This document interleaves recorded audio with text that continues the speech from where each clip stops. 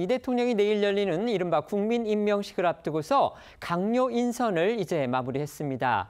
하지만 진영 상관없이 전문가를 다수 등용해서 나름 호평을 받기도 했던 이 앞선 인사들과는 달리 이번에는 전교조, 민변, 통진당 출신 등 누가 봐도 이 대통령의 자기 편 인사들이 다수 포함이 돼서 여권에서조차 이제 인사 컨셉트가 완전히 달라졌나 보다 이런 말이 나오고 있습니다. 야권에서는 결국 이 대통령이 본심을 드러냈다 또 이렇게 평가합니다. 어제 대통령실이 발표한 이 내각 인선은 이 후보자 낙마로 공석이었던 이 교육부와 여성가족부를 포함해 새로운 정차관급 인사 16명입니다. 먼저 민주당 강선우 의원이 보좌관 갑질 의혹으로 사퇴한 여가부 장관 후보자엔 원민경 변호사가 내정됐는데요. 이 원 후보자는 이 민변 여성인권위원장 출신으로 현재는 민주당 추천으로 국가인권위원회 비상임위원을 맡고 있고요. 앞서 인권위가 윤 전 대통령의 탄핵 심판 방어권을 보장하라는 안건을 의결하자 즉각 철회를 요구하기도 했습니다. 문재인 정부 당시에 여성가족부 장관을 지낸 진선미 민주당 의원 역시도요, 이 민변의 여성위원장 출신이었습니다. 이재명 정부에서도 민변의 여성위원장을 지낸 분이 여가부 장관 후보자로 다시 내정이 된 겁니다. 여기에 논문 표절, 자녀 불법 유학 등 의혹으로 인해서 이재명 대통령이 지명을 철회했던 교육부 장관 자리에는요, 전교조 출신의 최교진 세종시 교육감이 내정이 됐습니다. 그런데 최 후보자는요, 음주운전을 포함해서 전과가 3개나 있다고 합니다. 네, 이 교육부 장관 후보자로 지명된 최교진 세종시 교육감은 중학교 교사 출신입니다. 전국 교직원 노동조합, 그러니까 전교조의 수석 부위원장과 충남 지부장을 지냈는데요. 2014년 이 세종 교육감 선거에서 당선이 된 뒤에 내리 3선에 성공했습니다. 하지만 음주운전 등의 전과는 선거 때마다 논란이 됐었는데요. 이 최 후보자는 2003년 음주운전으로 벌금 200만 원을 선고받았고요. 2002년에는 집시법, 그러니까 집회와 시위에 관한 법을 위반으로 해서 징역 1년에 집행유예 2년, 1989년에는 정교조 가해부로 인한 국가공무원법 위반으로 해서 징역 6개월에 집행유예 1년을 선고받은 전력이 있습니다. 이 같은 전과에 따라서 최 후보자 지명 소식 알려지니까요, 교원단체 일각에서도 반대 목소리가 나왔습니다. 전교조 가입으로 인한 국가공무원법 또 집시법 위반, 이건 좀 어느 정도 이해해 줄 측면이 있다고 하더라도 음주운전 전력은 이해하기가 힘들다 이겁니다. 전북 교사노조 정재석 위원장이 어제 자신의 SNS에 최교진 교육부 장관 후보자를 환영할 수 없다는 입장을 밝히며 최 후보자의 음주운전 전과를 문제 삼은 건데요. 정 위원장은 먼저 과거 전북교사노조가 박순애 교육부 장관 후보자의 만취 상태 음주운전 이력을 문제 삼아서 지명 철회를 요청한 적이 있다며 최 후보자에게 잣대가 달라선 안 된다고 강조했고요. 이어 최 후보자가 음주운전을 했던 2003년 당시엔 택시도 많았고 대리운전도 있었던 시기라 변명의 여지가 없을 것이라면서 교사는 음주운전 등의 5개 비위가 있을 경우 교감이나 교장이 될 수 없다고 꼬집었습니다. 전북교사노조는요, 교사노동조합연맹 산하의 지역교사노조입니다. 교사노조연맹, 이 한국교총, 전교조와 더불어서 3대 교원단체다 이렇게 자신하고 있습니다.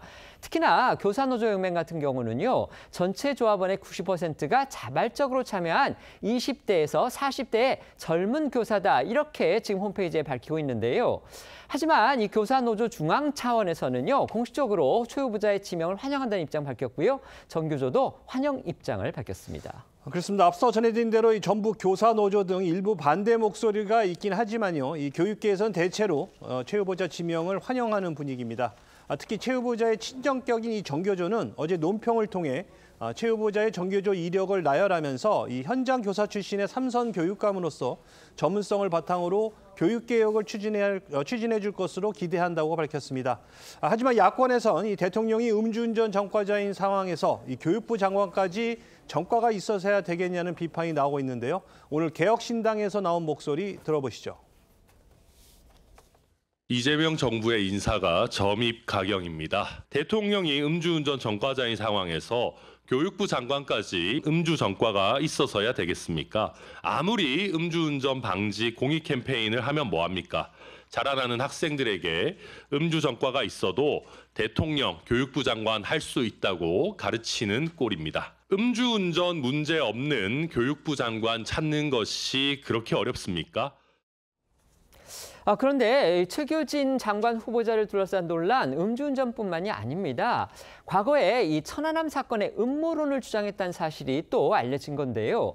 천안함 음모론이 담긴 영화를 추천하는가 하면 역사적 진실을 밝혀야 한다, 이런 주장을 해서 사실상 우리 정부는 물론이고요, 국제사회가 확인했던 북한에 의한 천안함 폭침을 부정하는 취지의 그런 주장을 한 것으로 확인이 됐습니다. 네, 2013년 12월 14일 최 후보자는 자신의 SNS에 천안함 폭침 이유는 이스라엘 잠수함, 신상철 대표 법정 자료 제출이라는 글을 공유를 했습니다.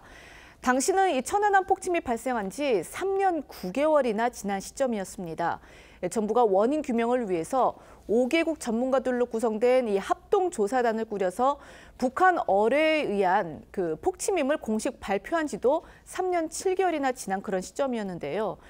이 최 후보자의 글에 등장하는 이 신상철 대표라는 인물은 천안함 민군 이 합동조사단 조사위원 출신으로 천안함 좌초설과 또 이스라엘 잠수함과의 충돌설 등 줄곧 북한 소행이 아니다라는 음모론을 주장해온 인물입니다.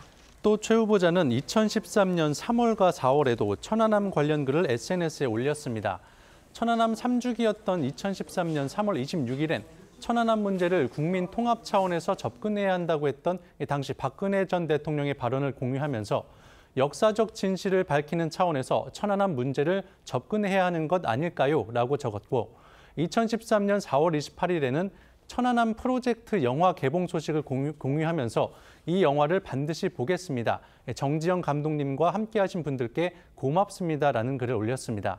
이 천안함 프로젝트라는 영화는 대표적인 천안함 음모론을 주장한 다큐멘터리 방식의 영화로 천안함이 북한의 어뢰 공격이 아닌 암초나 해저 지역물에 부딪혔고 이를 정부가 은폐하려 했다는 취지의 내용을 담고 있습니다.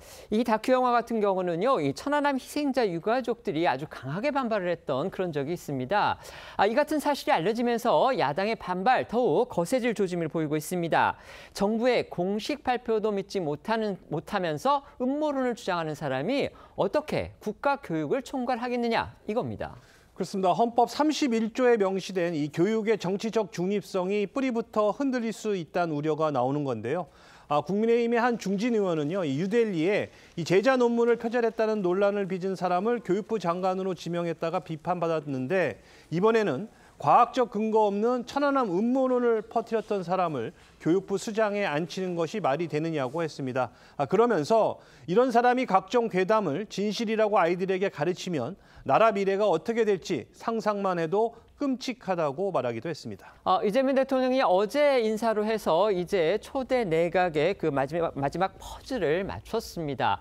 어제 장관급도 있었고요, 일부 차관급도 있었는데 앞서서 했던 그 인사들에 대해서는요, 좀 진영을 가리지 않고 능력 위주로 일종의 이제 전문가를 많이 등용을 했다. 그래서 보수 진영으로부터도 상당히 후한 점수를 받기도 했습니다. 그런데 어제 인사에서는요, 이제 누가 봐도 특정 진영의 색채가 진한, 또 어떻게 보면 이재명 대통령의 자기 사람 또는 내 편으로 평가받을 수 있는 그런 인물들이 다수, 거의 대부분이라고 할 수 있기 때문에 이건 결국 이재명 대통령이 뭔가 인사에서의 그 기조가 지금 달라진 거 아니냐, 이런 시각까지 나오고 있습니다.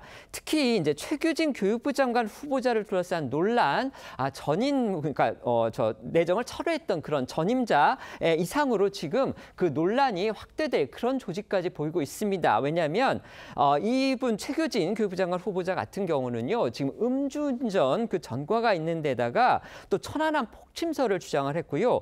또 저희가 알다시피 내년 지방선거가 6월에 있습니다. 그 기간 동안 현직 이분이 세종시의 교육감이기 때문에 지금 10개월 정도의 임기가 남아있는 상황에서 이렇게 현직 교육감을 차출했기 때문에 그렇다면 그 지역의 교육 행정은 누가 그동안 책임을 지느냐? 이런 지금 논란도 불거질 소지가 분명히 있는 겁니다. 자, 이 인사 논란들 어떻게 평가하십니까? 근데 첫 번째 인사에서는 사실 정치인 출신을 굉장히 많이 발탁을 했었기 때문에 그게 야당으로부터 호평을 받았다? 저는 거기까지도 동의하기가 좀 어렵고요. 정치인 출신이기 때문에 이제 국민의 선택을 받아서 어느 정도 검증을 마쳤다 이렇게 주장할 여지는 있었습니다. 그런데 이제 이번에는 정치인 출신이 들어가 있지 않고요. 그리고 이제 이재명 대통령과 결국 동색인 친민주당 성향의 여러 인사들이 대거 등용이 된 걸 보면 원래 이재명 대통령이 그리고 있는 인선의 기준, 내용 뭐 이런 것들이 오히려 전반부보다는 이번에 더 그 색채가 많이 반영된 것 아니냐. 그러면 그건 이번에 사면에 이어서 또다시 내 편 챙기기식 인사, 뭐 보은 인사, 뭐 이런 쪽에 아주 뚜렷한 특색을 보이고 있다는 차원에서 보면 이 뒷부분의 인사가 이재명 대통령이 진짜 하고 싶었던 인사가 아니냐, 저는 그렇게 평가를 하고 싶고요. 결국 뭐 이런 문제에 관해서 이제 국회 청문회라는 것이야 뭐 나중에 무슨 투표를 통해서 거부할 수 있는 상황이 아니니까 결국 국민들의 평가가 뒤따르지 않을까 싶습니다.